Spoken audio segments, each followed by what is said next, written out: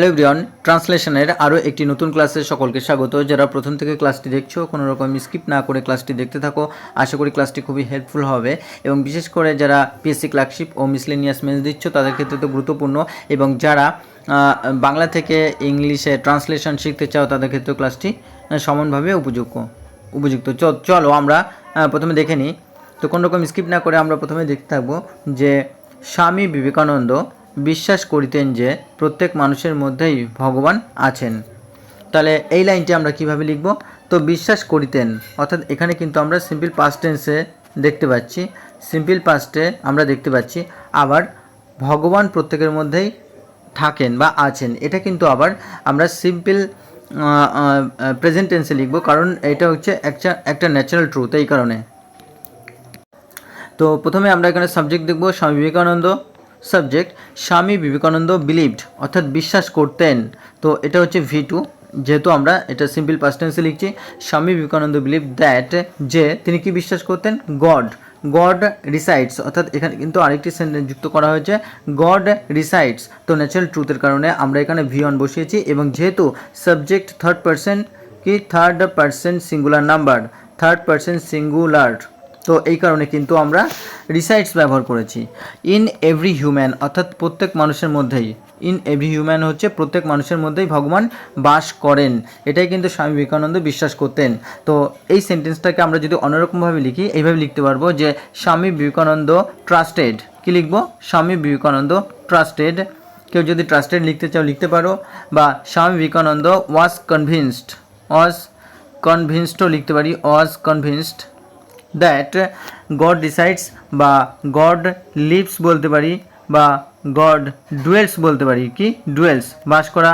বা গড আমরা এক্সিস্ট লিখতে পারি, যে গড থাকেন বা বিদ্যমান আছেন, বা আমরা গড অ্যাবাইডসও লিখতে পারি। সুতরাং এতগুলো সিনোনিমস লিখলাম, যেটা তোমাদের সুবিধা হবে সেই মতো তোমরা লিখবে। আর এখানে ট্রাস্টেডও লিখতে পারো বিলিভডের পরিবর্তে, বা ওয়াজ কনভিন্সড ছিলেন, অর্থাৎ তিনি দৃঢ় বিশ্বাসী ছিলেনও, এইভাবেও আমরা কিন্তু লিখতে পারি। তো চলো আমরা পরের বাক্যটি লক্ষ্য করি। পরের বাক্যটি আছে, কাজেই মানুষের সেবায় ভগবানকে ভক্তি দেখাইবার শ্রেষ্ঠ উপায়। তো এখানে কাজই হবে, কাজই মানুষের কাজেই অর্থাৎ সেই কারণেই। তো এখানে কাজেই বলতে সেই কারণেকে বোঝাচ্ছে, যে সেই কারণেই মানুষের সেবাই, অর্থাৎ মানুষকে সেবা করাই বা ভক্তি দেখাবার শ্রেষ্ঠ উপায় ভগবানকে। তো আমরা কি লিখব?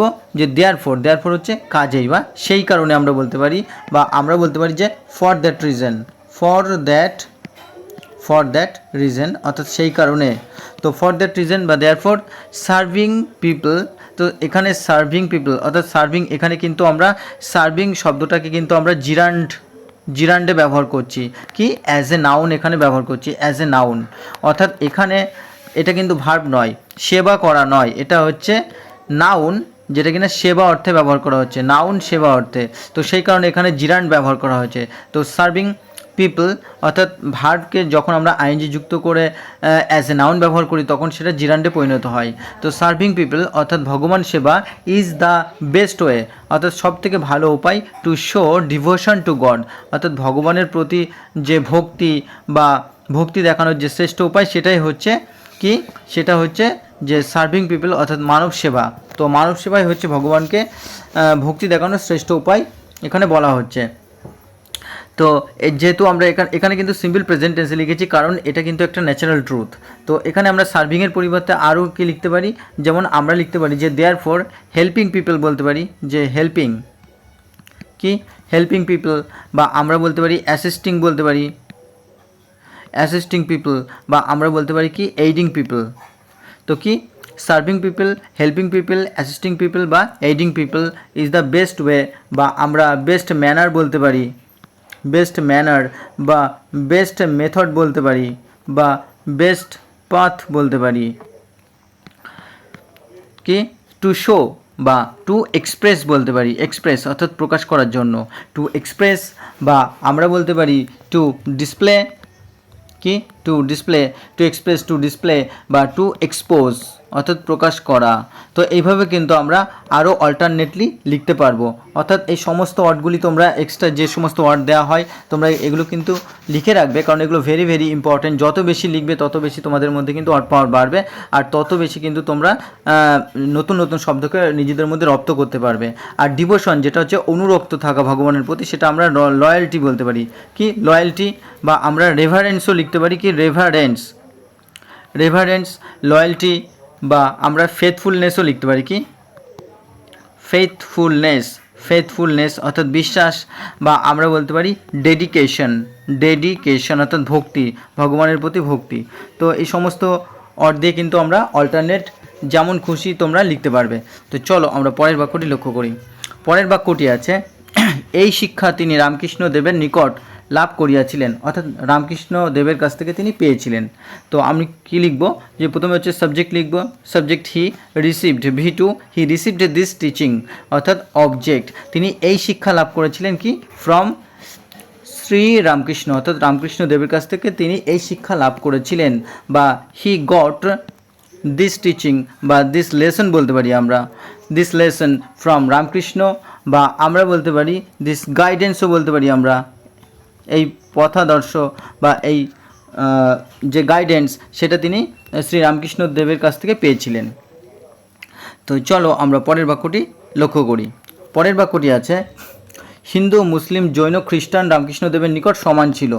তাহলে কি রামকৃষ্ণ দেবের কাছে কি কি সমান ছিল সেটা লিখব। তাহলে টু রামকৃষ্ণ, অর্থাৎ রামকৃষ্ণ দেবের কাছে হিন্দুস, মুসলিমস, জৈনস অ্যান্ড খ্রিস্টানস এগুলো কিন্তু সাবজেক্ট, এবং সাবজেক্ট কিন্তু এখানে প্লুরাল, প্লুরাল কি ওয়ার অল ইকুয়াল, অর্থাৎ সকলেই ছিল সমান, বা সমস্ত ধর্মই ছিল সমান, বা আমরা এইভাবেও লিখতে পারি যে Hindus, Muslim, Jains, Christians were all equal to Ramakrishna. সুতরাং এইভাবেও কিন্তু এটা উল্টে লেখা যেতে পারে। তো যেভাবে তোমাদের সুবিধা তোমরা সেইভাবে লিখবে। আর এখানে আমরা দেখতে পাবো যে এখানে কিন্তু যেহেতু প্লুরাল অর্থাৎ কমা কমা দিয়ে অনেকগুলি সাবজেক্টকে যুক্ত করা হয়েছে, এই কারণে আমরা ওয়ার ব্যবহার করেছি।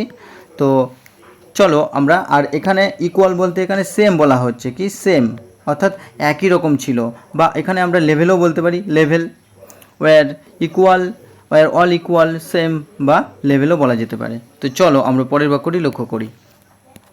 পরের বাক্যটি আছে, তিনি ব্রাহ্মণ শূদ্র ভেদ করিতেন না, অর্থাৎ তাদের মধ্যে যে পার্থক্য সেটা তিনি করতেন না। তাহলে কি subject he did not, did not এখানে অক্সিলারি ভার্ব, এবং অক্সিলারি ভার্ব যেহেতু নেগেটিভ সেন্টেন্স তো সেই কারণে আমরা ডিড নট বসিয়েছি।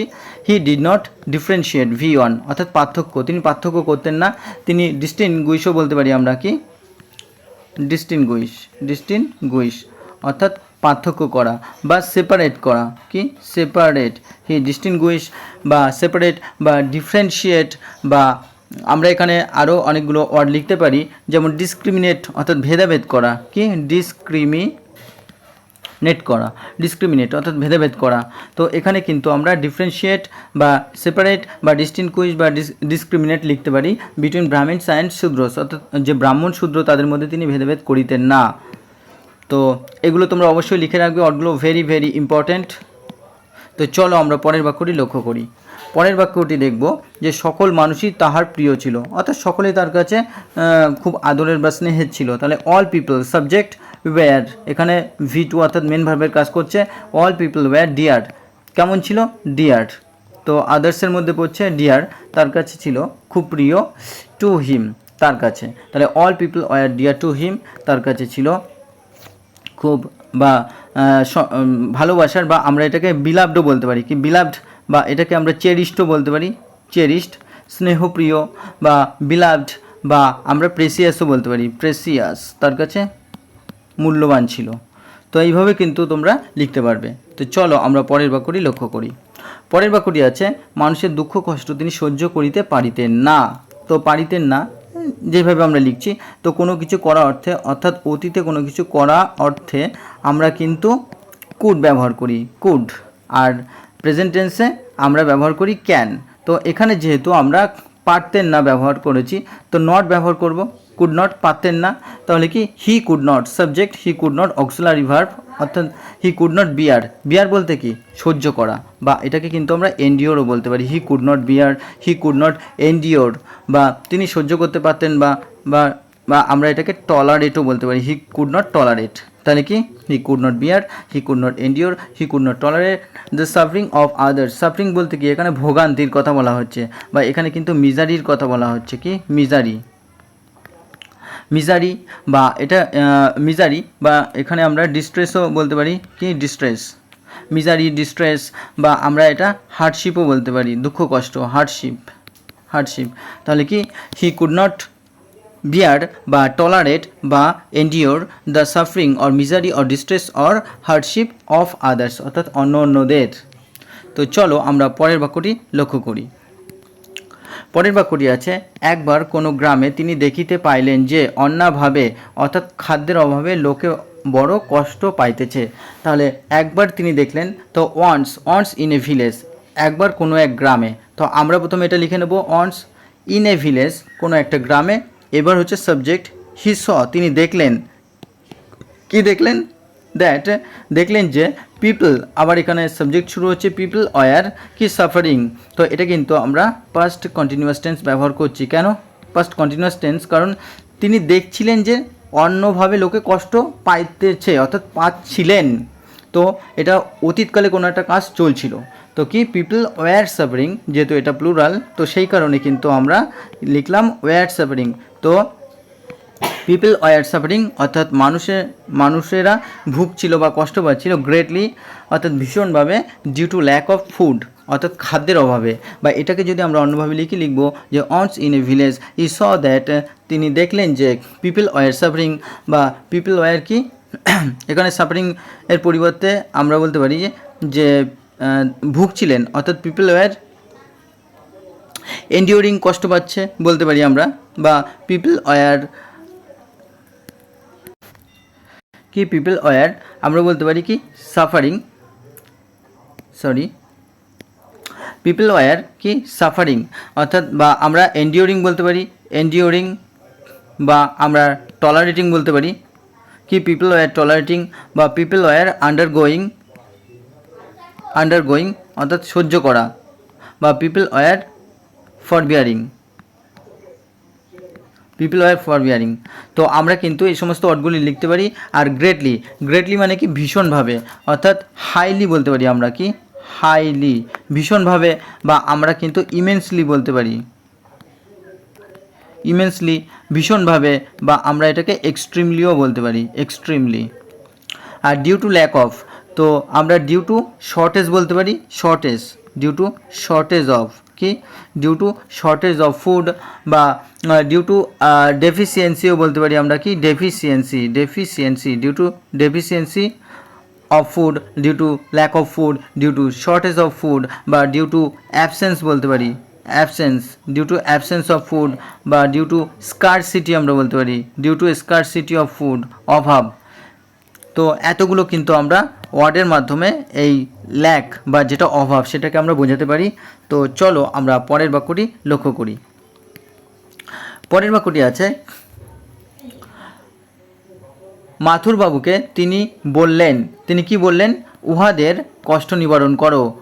মাথুর, উহাদিগকে অন্ন দাও, উহারাই তো ভগবান। তো মথুর বাবুকে তিনি বললেন, তাহলে হি টোল্ড মাথুর বাবু, তিনি মাথুর বাবুকে বললেন। তো তারপরে আমরা কিভাবে লিখব, যেমনটা আমরা এখানে দেখব স্পিচের মধ্যে আছে তেমনটাই লিখব, যে উহাদের কষ্ট নিবারণ করো, বা রিলিভ দেয়ার সাফারিং, তাদের কষ্ট নিবারণ করো, বা রিডিউস বলতে পারি, কি রিডিউস দেয়ার সাফারিং, বা অ্যালিভিয়েট বলতে পারি, অ্যালিভিয়েট দেয়ার সাফারিং, কি রিডিউস দেয়ার সাফারিং, অ্যালিভিয়েট দেয়ার সাফারিং, বা রিলিভ দেয়ার সাফারিং, তাদের দুঃখ কষ্টকে কি নিবারণ করো। মাথুর ফিড দেম, বা মাথুর কি প্রোভাইড দেম ফুড, আমরা বলতে পারি যে প্রোভাইড দেম ফুড, তাদেরকে খাবার প্রদান করো, বা আমরা বলতে পারি যে গিভ দেম ফুড, এভাবেও কিন্তু আমরা লিখতে পারবো। তো যে সমস্ত অল্টারনেট প্রসেস দেখানো হয় সেটা সবসময় তোমরা লিখবে। আর ওনারাই তো ভগবান, দে আর গড হিমসেলফ, তারা নিজেরাই তো ভগবান, এটাই কিন্তু বোঝানো হচ্ছে, দে আর গড হিমসেলফ, তারা নিজেরাই ভগবান, এমনটাই কিন্তু এখানে বোঝানো হচ্ছে। তো বন্ধুরা, এই ছিল আজকে একটি ভেরি ভেরি ইম্পর্ট্যান্ট ট্রান্সলেশনের প্যাসেজ। আশা করি ক্লাসটি তোমাদের ভালো লেগেছে। যারা প্রথম থেকে ক্লাসটি দেখছিলে তাদেরকে অসংখ্য ধন্যবাদ। তোমরা এইভাবে লাইক কমেন্ট শেয়ার করতে থাকো, বেশি বেশি করে শেয়ার করো। আশা করি তোমাদের জন্য আরও বেশি বেশি ক্লাস আনতে থাকবো। তো ধন্যবাদ, চলো দেখা হচ্ছে এই পর্যন্তই।